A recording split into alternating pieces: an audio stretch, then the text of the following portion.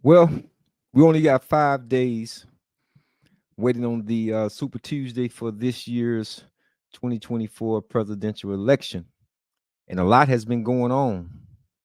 Recently, we see individuals who don't have any type of etiquette, so it seems, during the polling year. But we're here to talk about it on the next Blac-Vocracy. So let's go. Buckle up.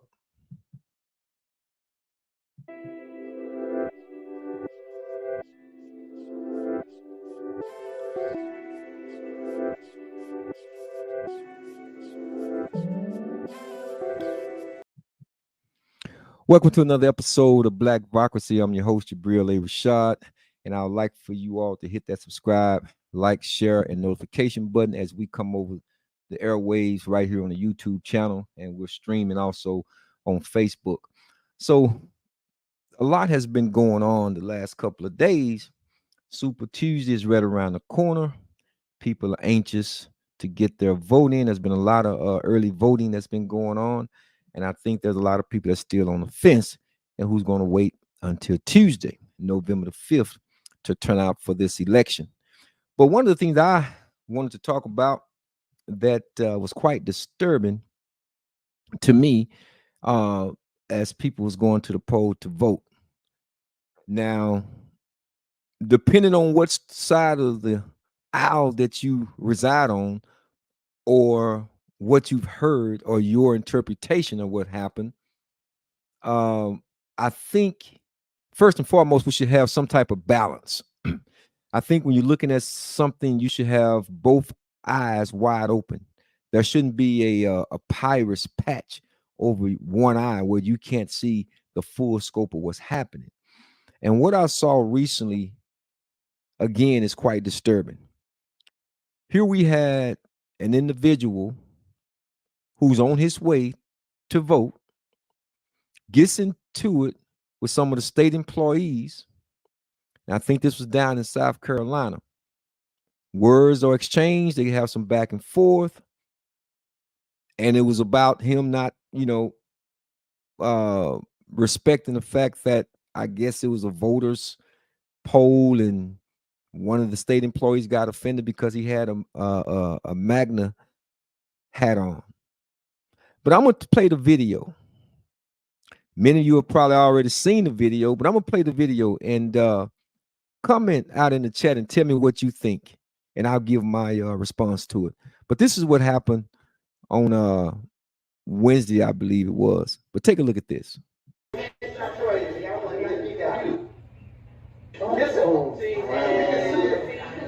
no reason. Yeah, all that extra. Sure. This is wow. Why is it defending you? It's not defending me. All right, then. Let me vote. Okay, we ain't got that. That's the same. That's the same. Wow. Next thing. There it is right there. No. Wow. Wow, God. Oh. Don't do that. Wow. Wow. Wow.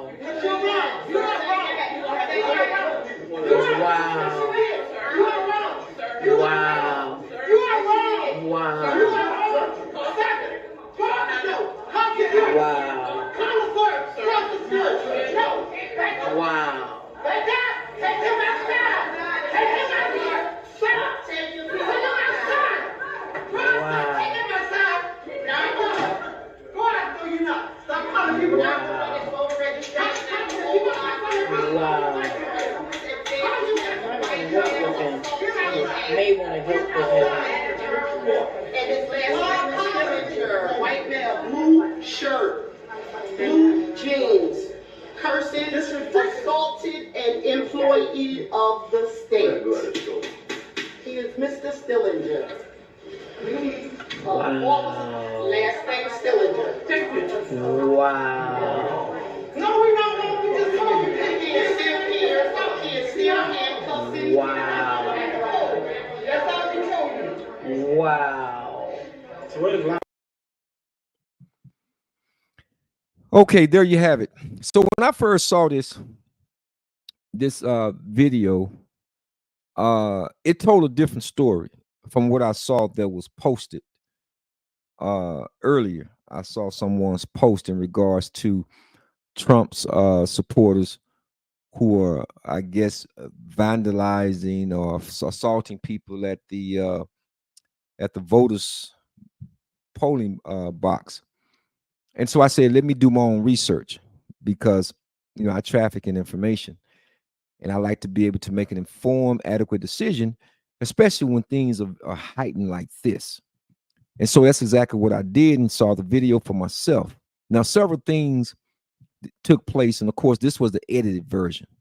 I actually saw the real version without the editing part, where there was a lot of back and forth and profanity that was used. The gentleman did call the lady a bitch. I don't care what was said or brought that type of mindset on. He should have never disrespected her by calling her that.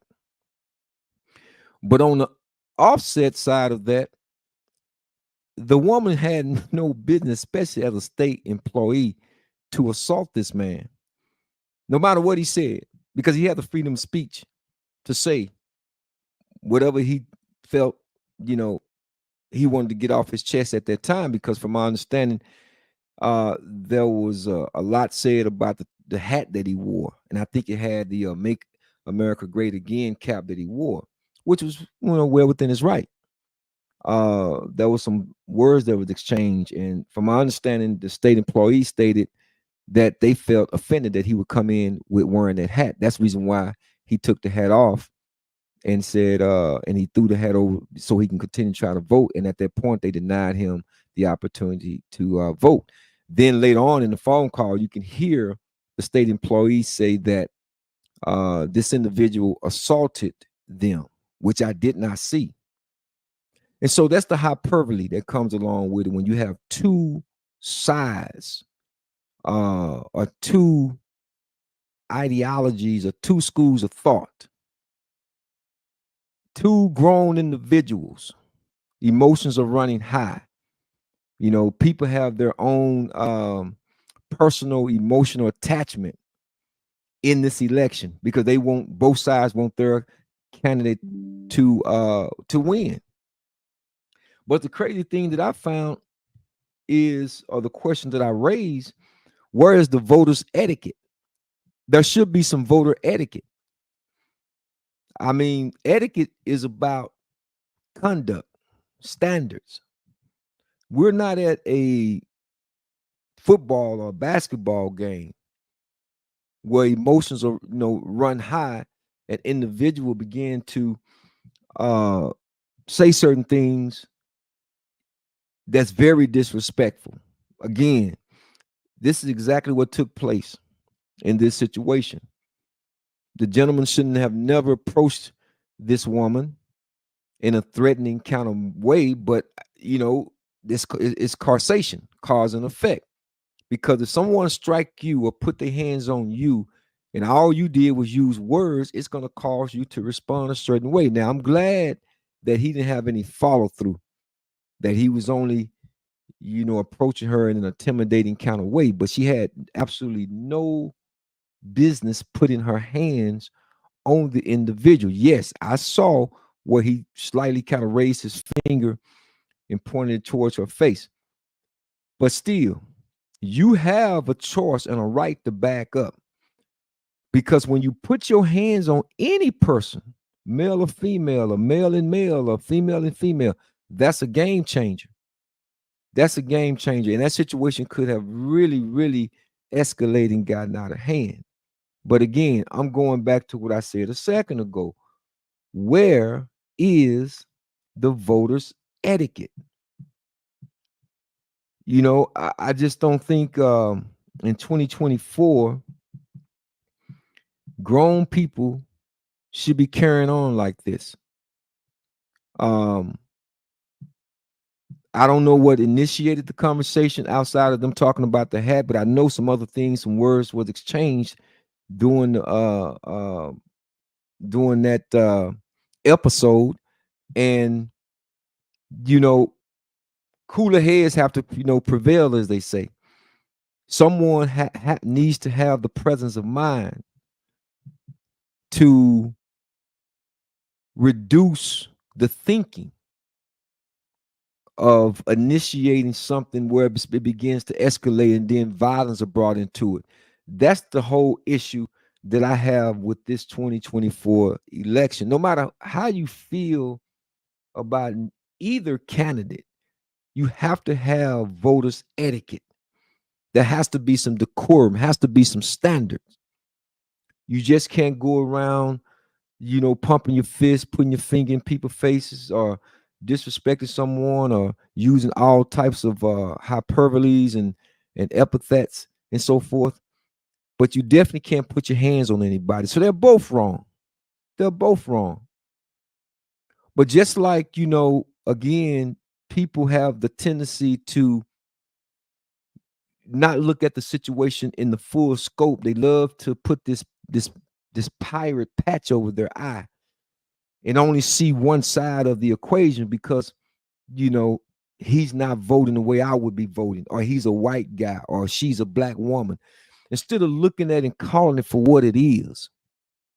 And this is the issue that I'm having with this whole thing, because again, when it was posted on social media, they led individuals to think that, oh, this is just a Trump supporter and they're doing what they do. Because why? You want to add fuel to the fire instead of calling it what it is. And what it is, he had every right to wear whatever hat that he wanted to wear, or whatever shirt that he wanted to wear, whatever pants he wanted to wear. As long as it wasn't something that was vulgar. And even with that, you still have the right to freedom of expression. So whatever words that was exchanged about his hat, that was his right. But again, situations escalated, and sometimes cooler heads don't prevail. And that situation could have been taken somewhere really, really to another level. And I'm glad that you saw the older white woman, and the other white woman was pulling him back, and of course the other African American women was trying to resolve the situation, and eventually the individual left. But again, this is, we can't be going backwards. Again, there are certain standards, there are certain clauses. Now, let's take a look at this other thing, because I think this was the cherry on the top for me. Because when you start talking to children, babies are off limits. Yeah, children, toddlers, babies, they're off limits. So take a look at this next video.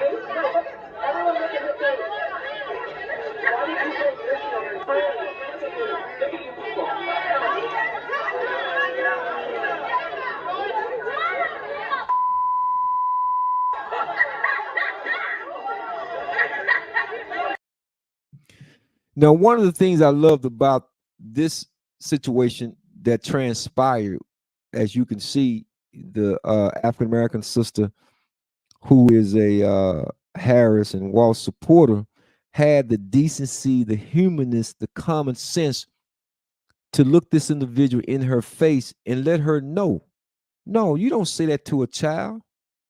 That's a baby. She don't know nothing about politics. She don't know who the heck Kamala Harris is. She don't know who the heck Donald Trump is.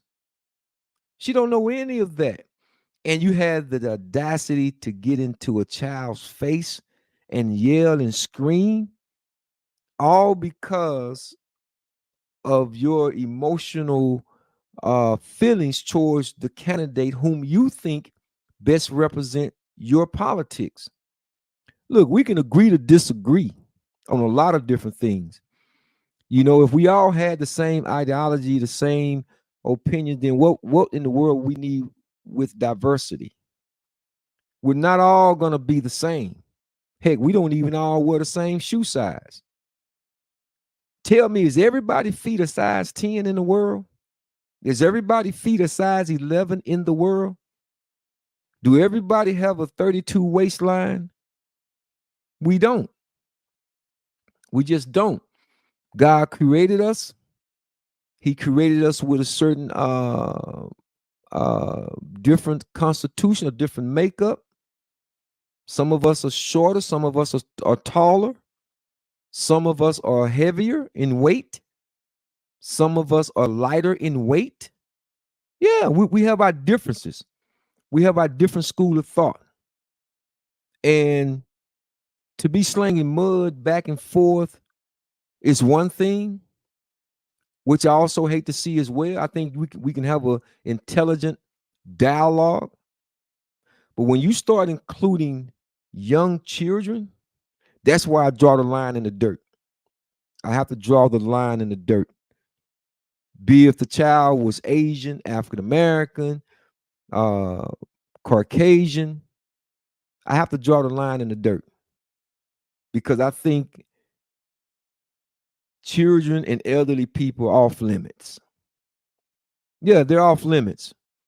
You know, if you can't self-restrain yourself or keep your emotions intact, then don't vote. Just stay at home. Or you should have mailed your card and trust the fact that your card would get there. I think voting should have some type of etiquette. There should be some decorum. And there was a problem. No matter who gets into the White House, and this is my overall perception about it, you still have much work to do, or we still have much work to do. Some people policies may not fit your lifestyle or your policies.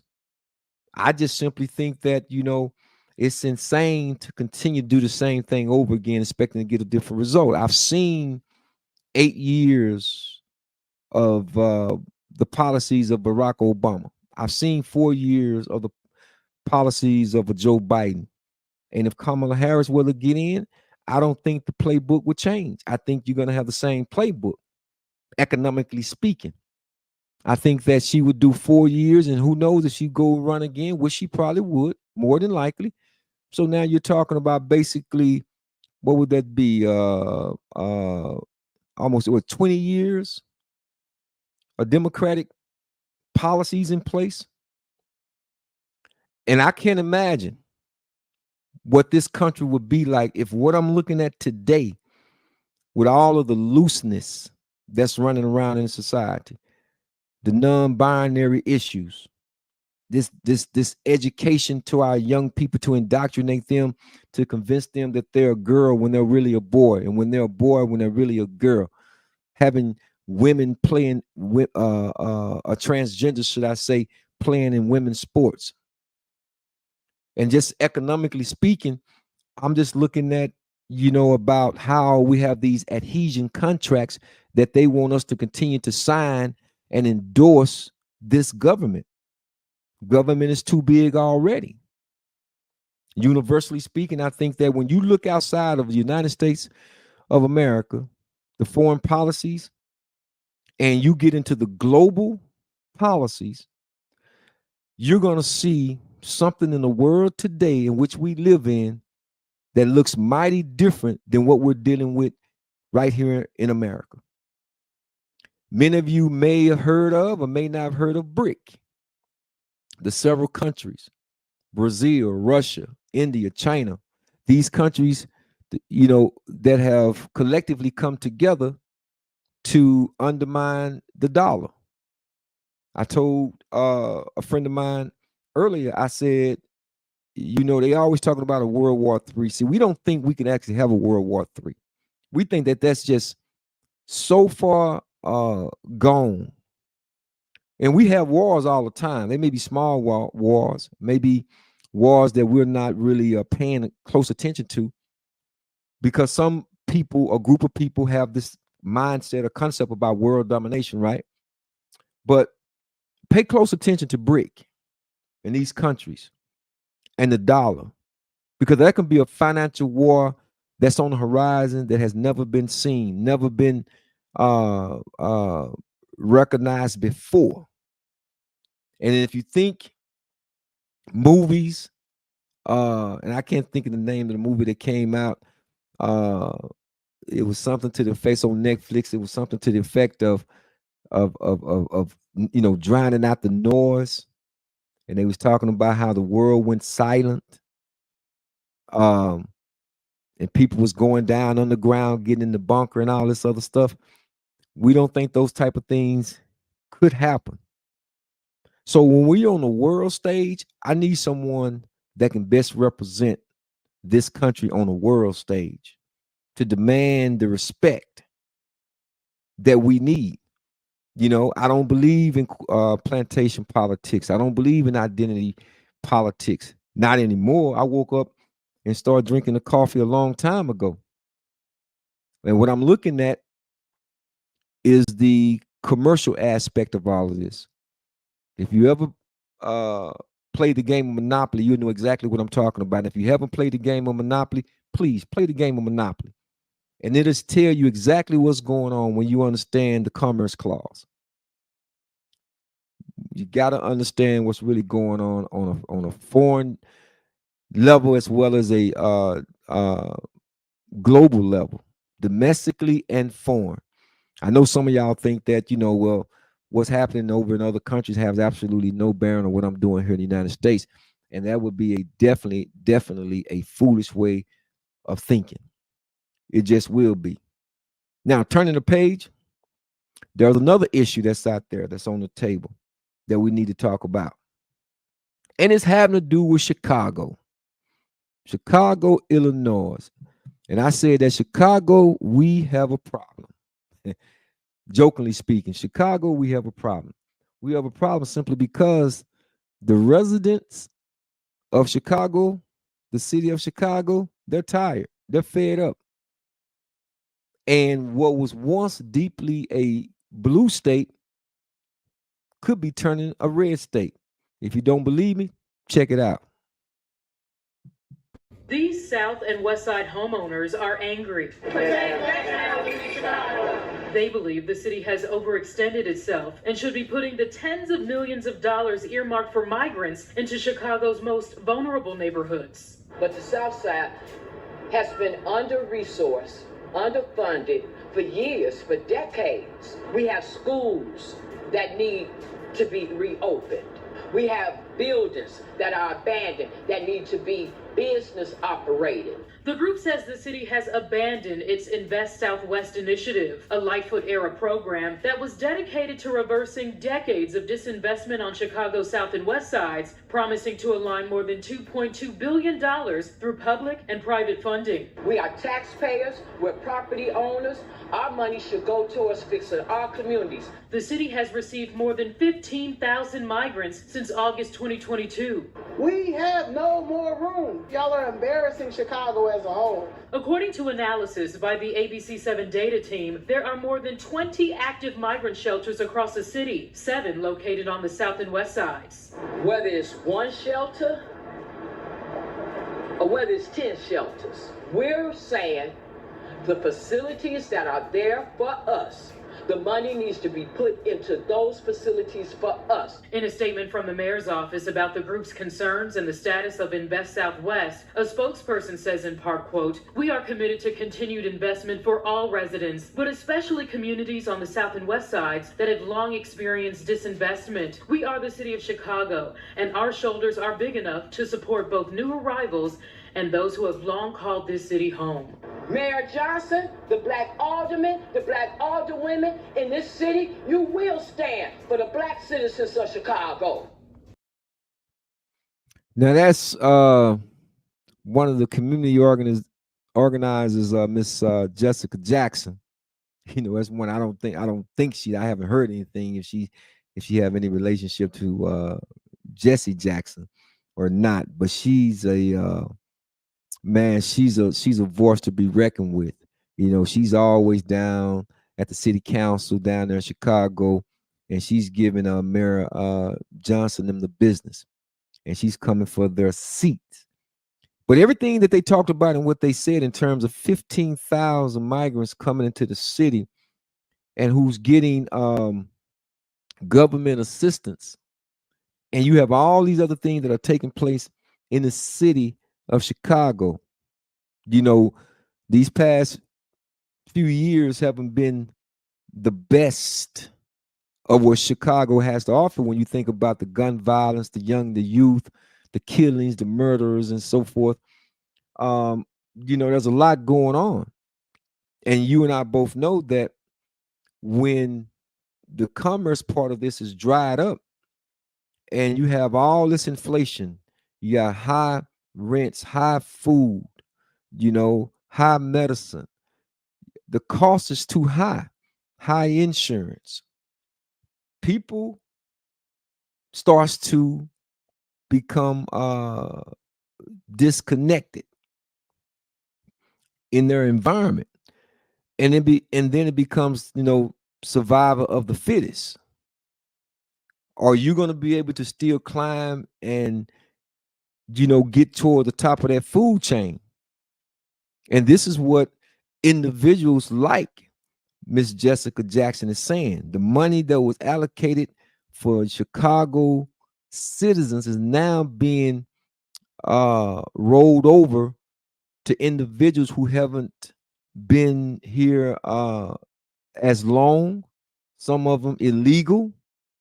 And when I look at this personally, I think there's another hidden agenda, but I'll get into that another time. I just wanted to share these things that are taking place right before the election on Tuesday. And as you heard them say, a state that used to be a blue state could actually turn a red state. And I'm going to show you a video clipping of that, of what they're talking about. Check this one out. Several groups of black voters showed up wearing red shirts with the words "No More Blue, Go Red," and "Turn Chicago Red." Many of these folks are lifelong Democrats who are now actively working to shake up deep blue Chicago, specifically because of how the mayor and the governor have handled the migrant crisis, doling out more than $1 billion so far for that. And here they are warning the mayor and city council about transferring another $70 million from the city's rainy day fund to take care of the migrants.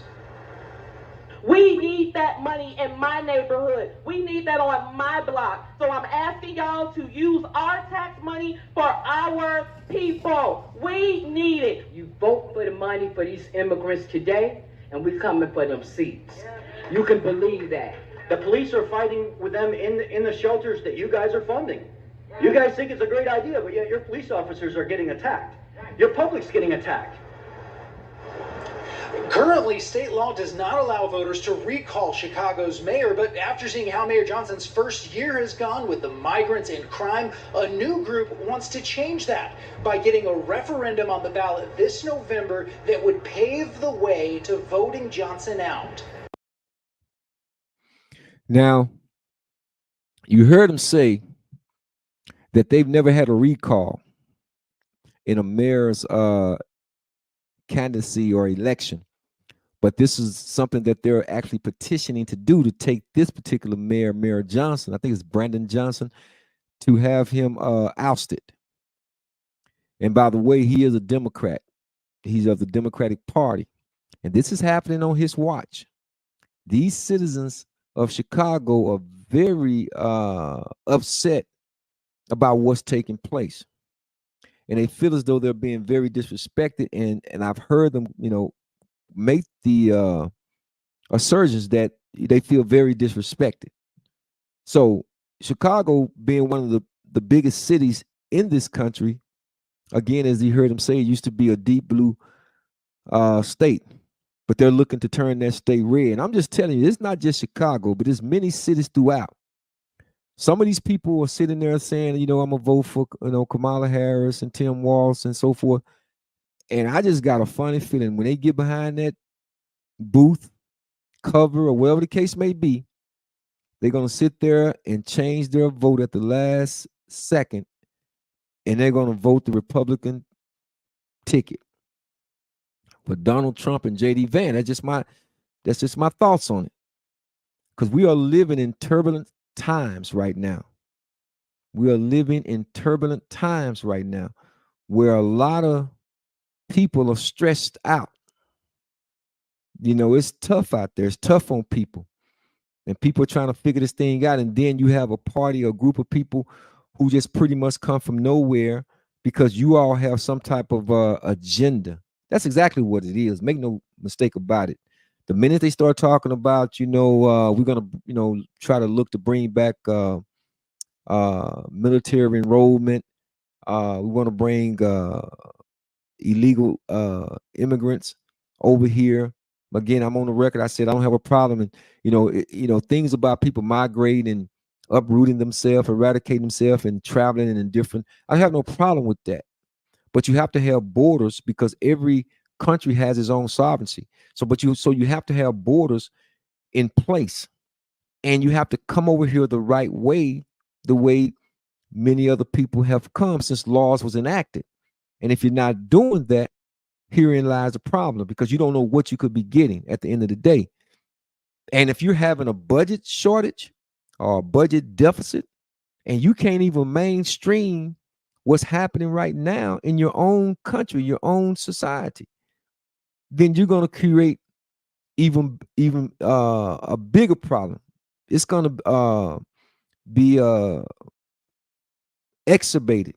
You're going to make it more violent than what it really is. Because it again, it comes down to the survival of the fittest, self-preservation.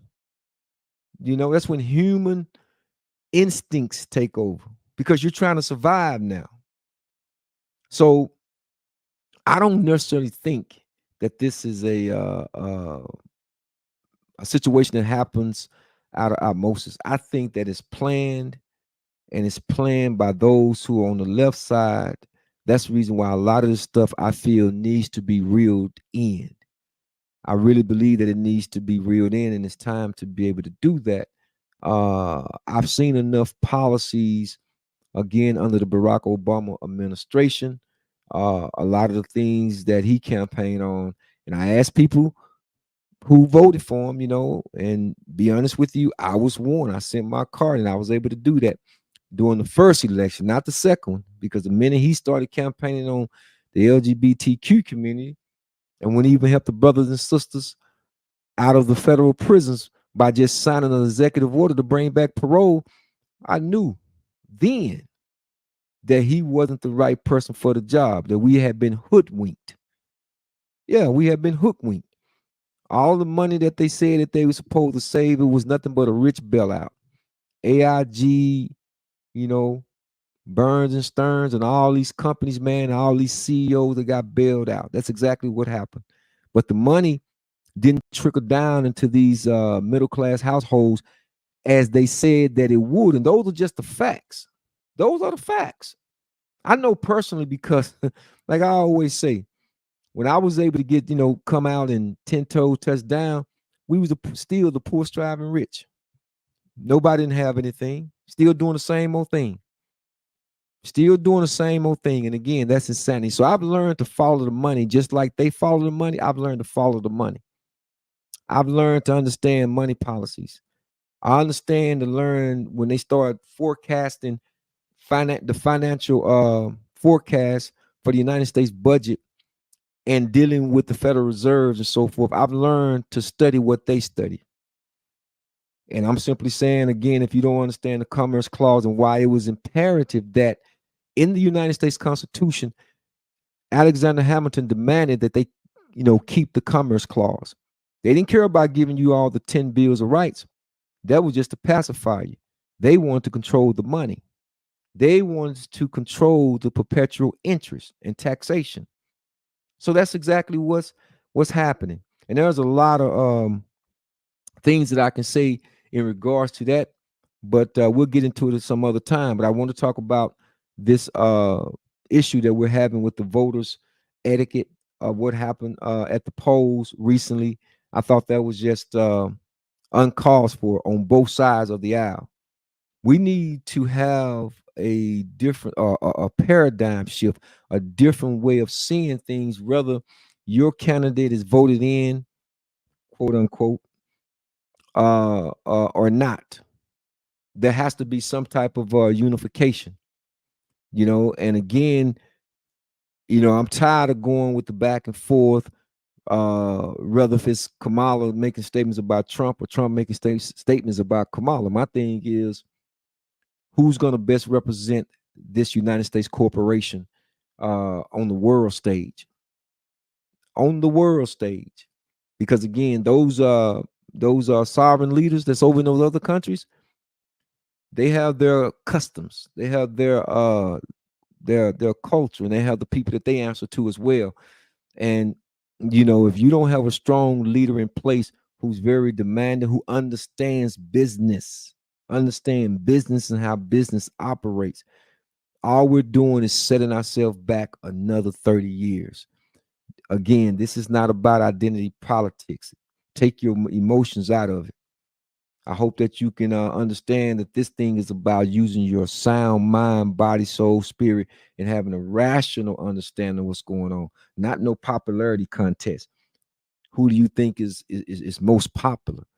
Nah, I think we need a change. I do. I think that the policies that are I think that will be put in place would help do that under the Trump administration. And again, I'm one of those individuals. I calibrate my scale correctly because I'm independent. I don't lean far left, neither do I lean far right. And I'm not emotional about anything. I'm not. So again, the politicking, we got to get out of the politicking so it won't become politricking. And I think that's exactly what's going on with the politricking, because you got individuals, like I say, yelling at little babies, calling women, bees, women hitting, assaulting men because of a hat that they worn, and so forth and so on. And we're living in turbulent times, and I think it's time for a change in that regards. So again, this has been another episode right here on the Blac-Vocracy. I wanted to be able to come share this information with you all. Please don't forget to hit that like, share, subscribe button for me. We're still growing the channel. We're going to be back again with another upload. So until then, I want you all to stay blessed. Be careful. I know the weekend is right around the corner. And hopefully, like I said, next week, Super Tuesday will come around, and you all will make the best decision for whom you think is the best candidate, and not be shamed about your vote. So again, thank you for joining me. Again, this is the Blac-Vocracy podcast. Subscribe, like, share, hit that button for me, and we'll be back again. Peace.